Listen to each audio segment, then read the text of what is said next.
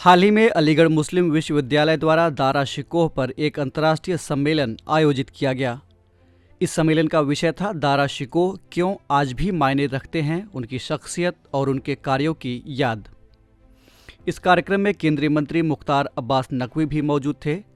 कार्यक्रम में बोलते हुए उन्होंने कहा कि सामाजिक सद्भाव, सौहार्द, सहिष्णुता, सर्वधर्म समभाव भारत की आत्मा है और एकता में अनेकता भारत की ताकत है।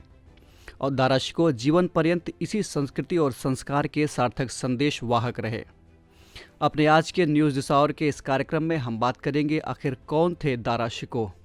नमस्कार, आप देख रहे हैं ध्येय टीवी और स्वागत है आप सभी का हमारे इस खास कार्यक्रम में। मैं हूं केसरी पांडे। दारा शिकोह मुगल सम्राट शाहजहां के सबसे बड़े बेटे थे। इनका जन्म साल 1615 ईस्वी में और मृत्यु 1659 ईस्वी में हुई थी। शाहजहां दारा शिकोह को ही अपना राजपद देना चाहता था, लेकिन उत्तराधिकार के संघर्ष में दारा शिकोह के भाई औरंगजेब ने उनकी हत्या कर दी थी। दारा शिकोह और औरंगजेब के बीच जो लड़ाई हुई थी उसे धर्मत का युद्ध कहा जाता है। बताया जाता है कि औरंगजेब द्वारा हराए जाने के बाद दारा शिकोह को जंजीरों में बांधकर दिल्ली लाया गया। उसके बाद उनका सिर काटकर आगरा किले में शाहजहां के पास भेज दिया गया, जबकि उसके धड़ को हुमायूं के मकबरे के परिसर में कहीं दफना दिया गया था। साल 2020 में संस्कृत मंत्रालय द्वारा मुगल शहजादे दारा शिकोह की कब्र का पता लगाने के लिए एक कमेटी गठित की गई। भारतीय पुरातत्व सर्वेक्षण यानी ASI के निदेशक TJ अलोने की अध्यक्षता में बनी इस कमेटी में जाने माने पुरातत्ववेत्ता RS Bisht, Syed Jamal Hasan, KM Dixit, BR मणि, KK मोहम्मद, सतीश चंद्रा और BM पांडे शामिल थे। इसी बीच जनवरी 2021 में दक्षिणी दिल्ली नगर निगम के हेरिटेज सेल में तैनात एक सहायक अभियंता संजीव कुमार सिंह ने दारा शिकोह की कब्र खोजने का दावा किया। उन्होंने ये दावा साल 1688 में मिर्जा काजिम द्वारा फारसी भाषा में लिखे गए आलमगीर नामा पुस्तक के आधार पर की है।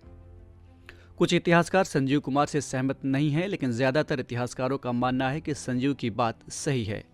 कला और स्थापत्य की दृष्टि से भी उनके तथ्य सही साबित हुए हैं। इसी के आधार पर कमेटी ने अपनी रिपोर्ट ASI को सौंप दी है।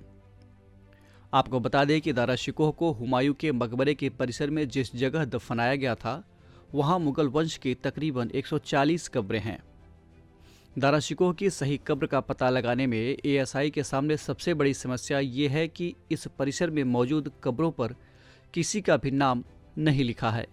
निश्चित तौर पर ASI इस बारे में ज़रूरी शोध, रिसर्च और अध्ययन करेगी ताकि किसी प्रामाणिक नतीजे पर पहुंचा जा सके।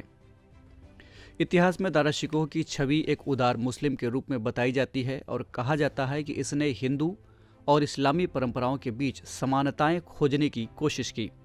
दारा शिकोह ने अपने समय के संस्कृत के अच्छे विद्वानों और सूफी संतों से वेदांत और इस्लाम के दर्शन का गहन ज्ञान हासिल किया था।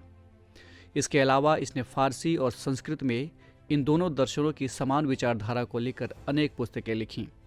फारसी में लिखी गई मज्म उल बहरैन उसकी बेहतरीन रचनाओं में से एक है। इस किताब में दारा शिकोह ने इस्लाम और वेदांत की अवधारणाओं में मूलभूत समानताएं बताई हैं। साथ ही इसने समुद्र संगम नामक संस्कृत में भी एक रचना की थी। इसके अलावा दारा शिकोह ने 52 उपनिषदों का अनुवाद सिर्रे अकबर नाम से किया था।